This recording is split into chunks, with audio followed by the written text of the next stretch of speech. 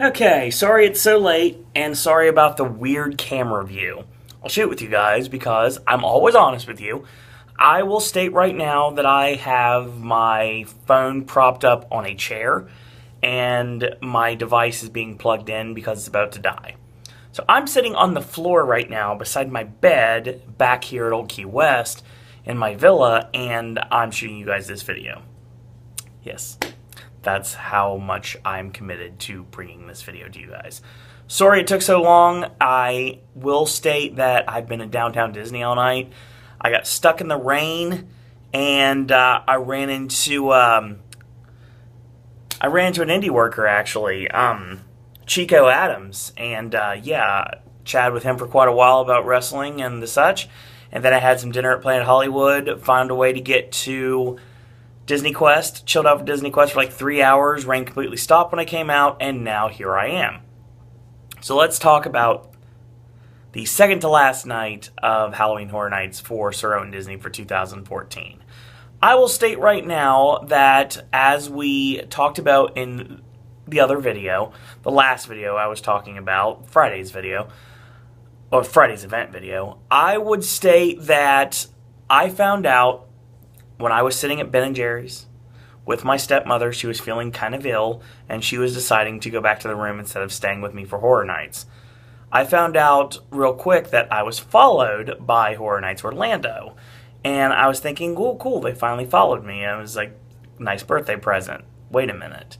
They're only following people that are going to the compound meetup. Did I win? Let me check my email. So sure enough, check my email. There it is. So yes, I'm finally going to the compound.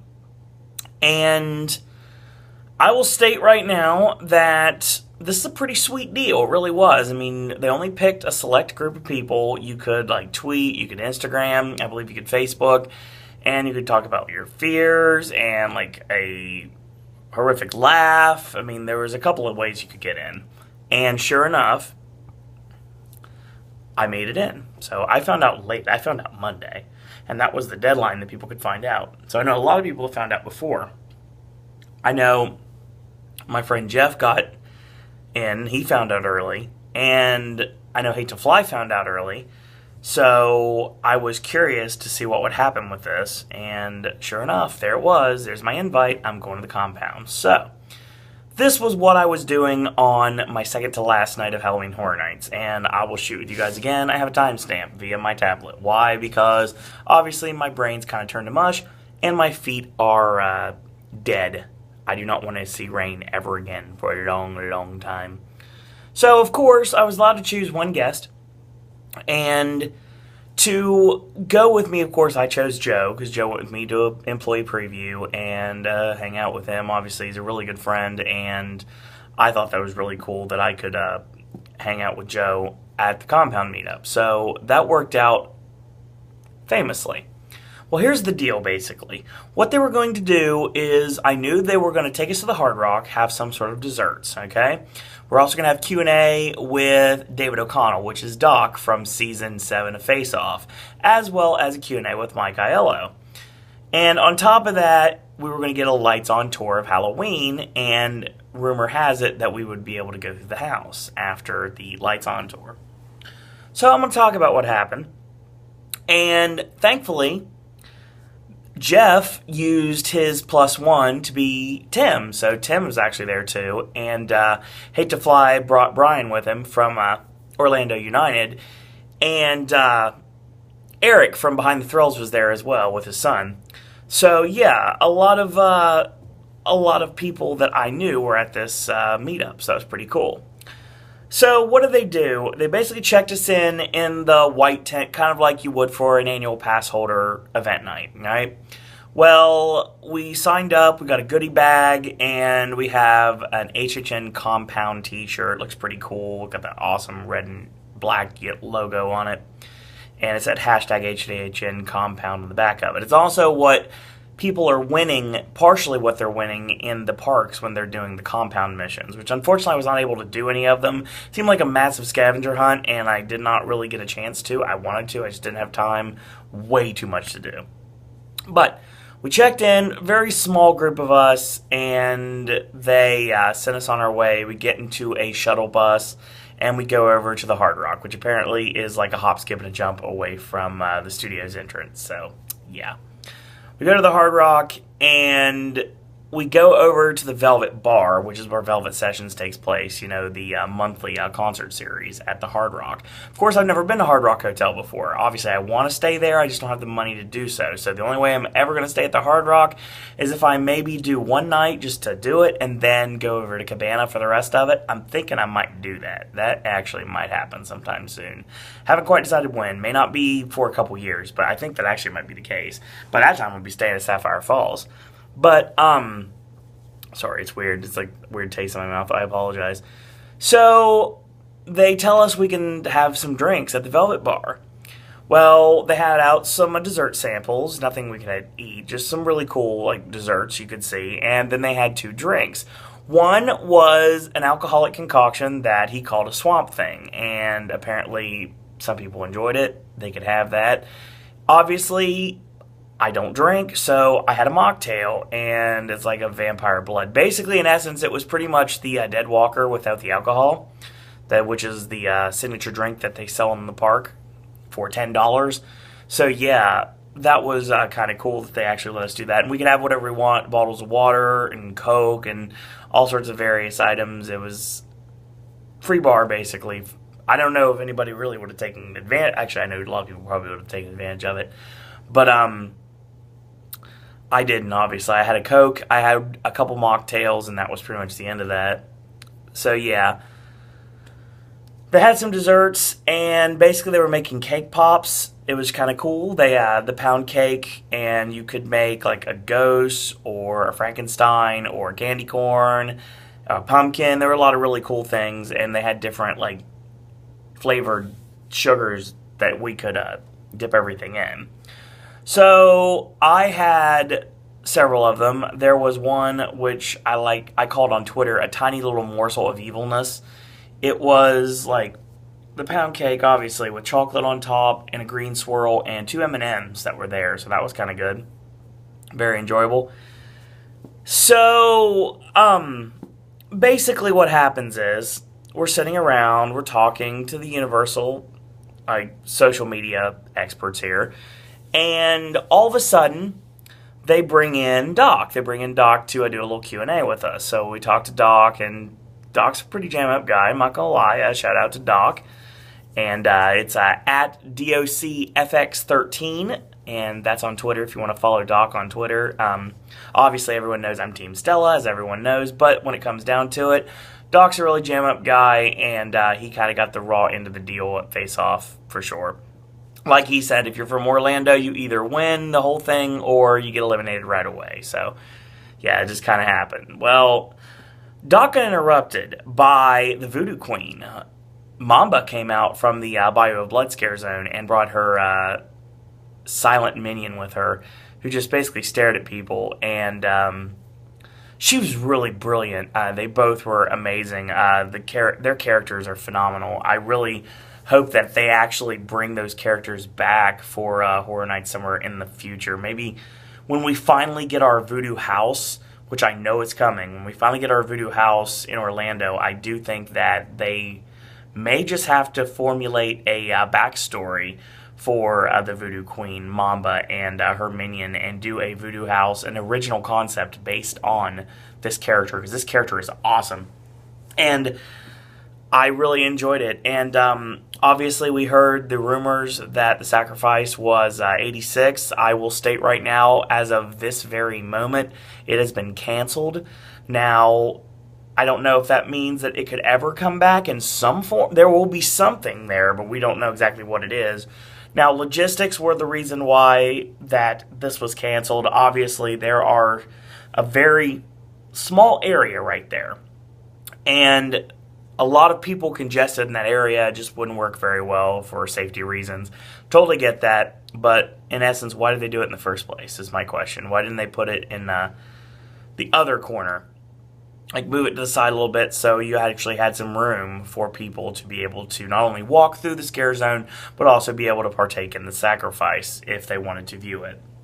Unfortunately, I do not have video of the sacrifice, did not get to see the sacrifice, and that is a bad thing. But I have friends that have videos, like I said, I told you guys before, so you can check those out if you get a chance to.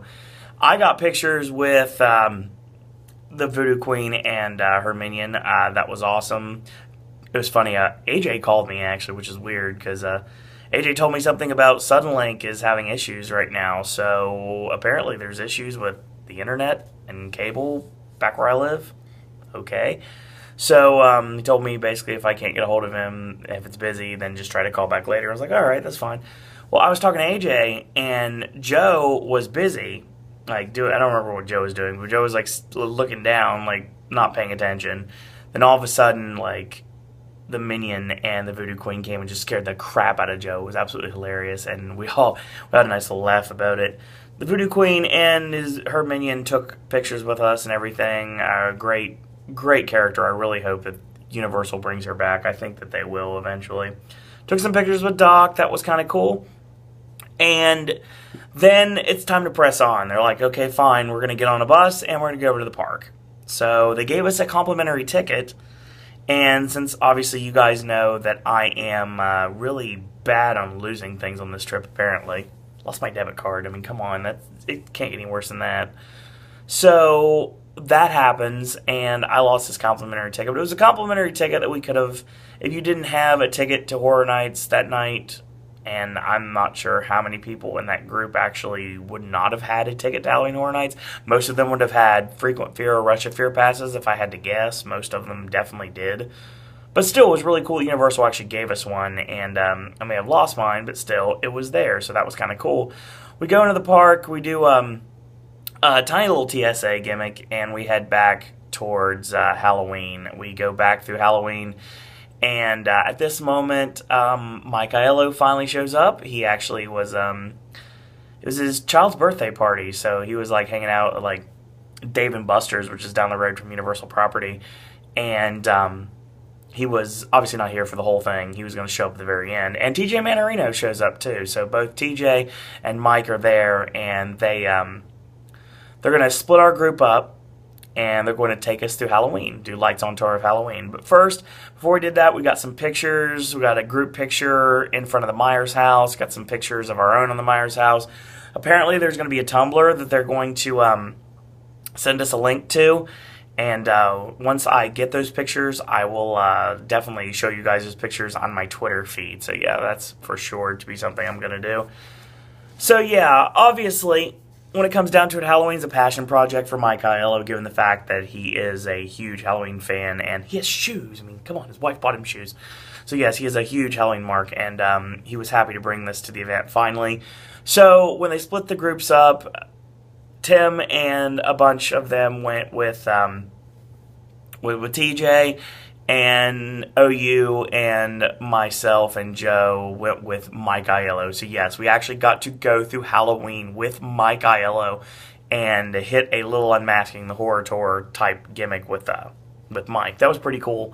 Pretty cool to actually go through Halloween with somebody that loves it so much. And yeah, I got some interesting things, and they're like, okay, fine, we're going to fire up the house for you guys. Okay, that's what we're thinking. We're going to go through the house as a group. No issues, right? Okay. That was a surprise. That's what everybody thought was going to be the big surprise, is that we were going to go through Halloween. That would have been awesome. That was not the case. Even bigger than anybody's expectation. Not only are we going to go through Halloween, we're going to go through Halloween 2 by 2. That's right. All characters targeting just one person and their guests. So 2 people at a time got to go through Halloween. They pulsed it to the point that they were the only people in the house. So Joe and I go through Halloween alone. Joe takes off running at one point. That was kind of entertaining. Scares, awesome, awesome, awesome. Obviously, you're not going to miss scares when you're the only target for the character, so that was pretty cool to say the least. And overall, the HHN compound meetup was a great success, and apparently it is the start of Universal to get more into social media and social media meetups, not just Horror Nights, but obviously probably talking about stuff like Grinchmas and Mardi Gras and maybe the Macy's Parade, something like that. Different events that Universal puts on. It sounds like there's going to be some more social media meetups, so that's going to be pretty cool.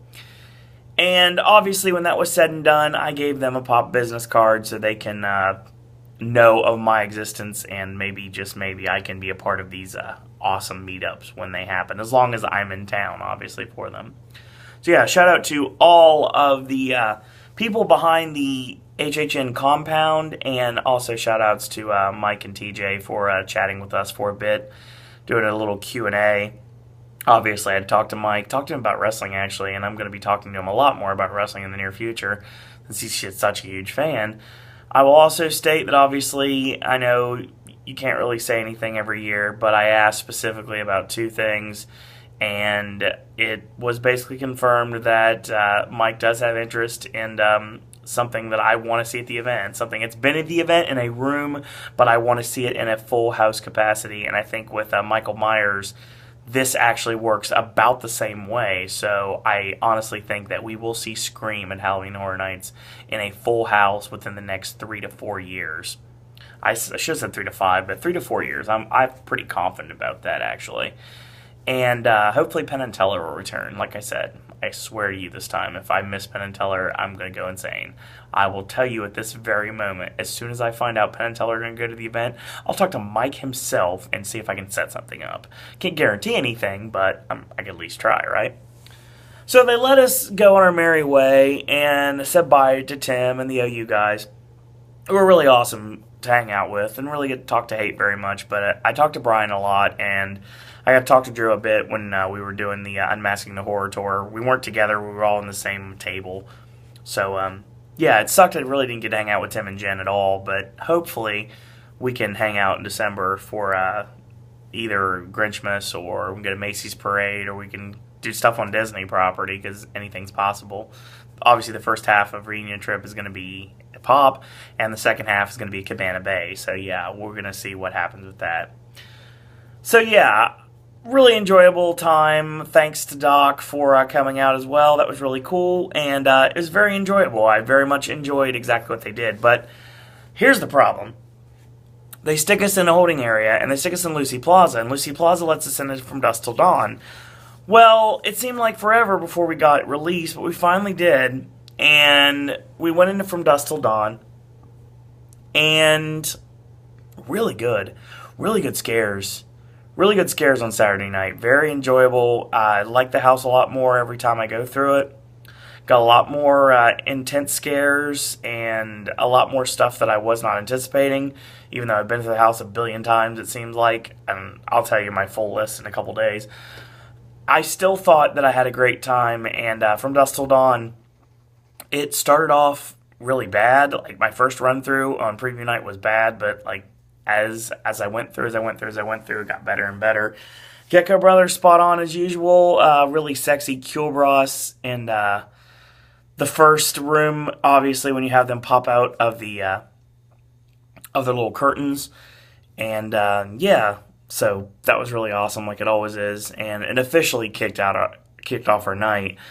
But I will state, and going back, because obviously I didn't mention this because I didn't forget about it, I'm reading on the Twitter timestamp, and obviously I was backed up on this one.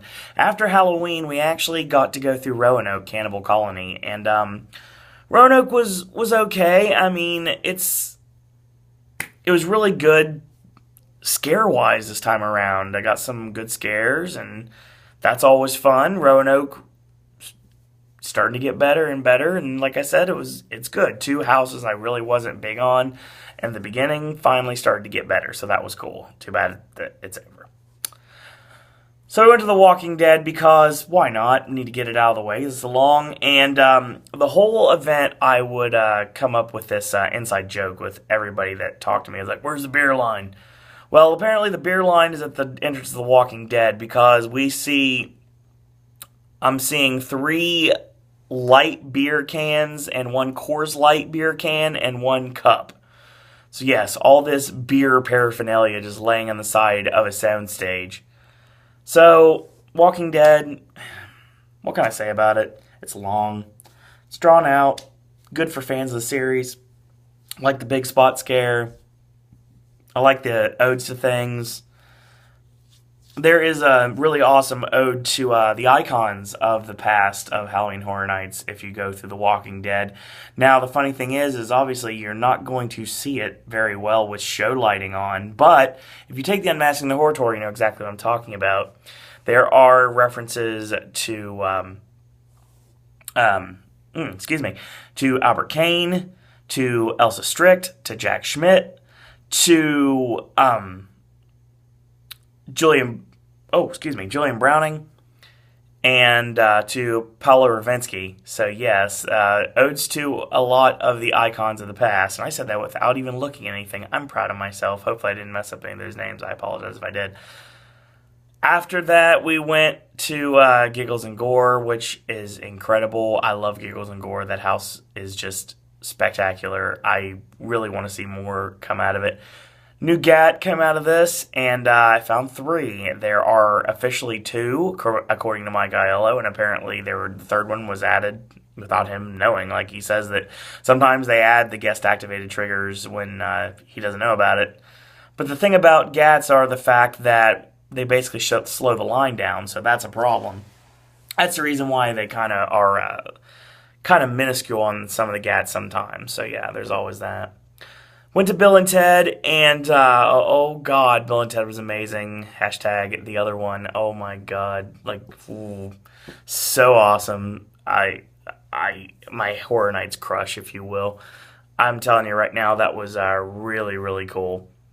And we went to Bill and Ted, and the goal after Bill and Ted was we ran into Joe's family, and they don't have pictures with Bill and Ted, so Joe's daughters wanted pictures with Bill and Ted, so I was like, okay, fine, we'll wait till after the show's over, and if they're here, we'll get pictures with them. So they got pictures of Bill and Ted. I got to talk to Ted a little bit more, and hopefully he's able to watch the channel sometime soon. So yeah, Ted, if you're watching, thank you, sir. Very appreciated to you and Bill both. You both are really jam-up people, and I hope to be able to talk to you soon.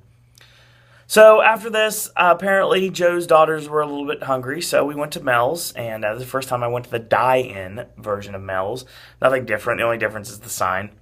Same dress and everything, the American Graffiti gear. Sad. I thought there would be something more, but apparently not. We go to Dollhouse of the Damned. This would be my last run-through of Dollhouse, actually. Good run-through, as always. And apparently, I find out while I'm waiting in Dollhouse from Mythos Troll that there was something that went down in Halloween. Apparently, some person decided they wanted to take a swing at Michael Myers. So that would explain why there was a uniformed Orlando cop that was in the house. So it makes perfect sense now. And Joe and myself walked by this lady that was outside of the London waterfront, and she just passed out. They were like they had like checking over on her and everything, make sure she was okay. Don't know exactly what happened. I'm not going to speculate. But yeah, it was interesting. So we go to Rocky Horror. Rocky Horror was awesome. We had close seats, callbacks, everything. It's the best performance of Rocky Horror I saw this year, and unfortunately I did not get it videotaped. I wish I could have, because I had great, great seats, and I really wish I could have been able to see Rocky Horror again. The cast, spectacular, and the show, awesome as always. And I love being around people that actually know the callbacks. It was kind of fun being around. So, we went to Dracula. Yeah, Dracula. I never got anything for Dracula other than the fact that I like the one scare. Like, there's a really awesome scare in the middle that I really enjoy, and I really, most of the time, can't even tell who's Dracula and who's not. So yeah, there's always that. It really wasn't very clear on who's exactly supposed to be Dracula, except for actually seeing Dracula himself hanging upside down in one of the rooms. So yeah, we went to Dracula, and I wanted to do From Dusk Till Dawn again, so we did. And that was the last house that Joe and his family were there with me for. From Dusk Till Dawn, great run-throughs, very enjoyable.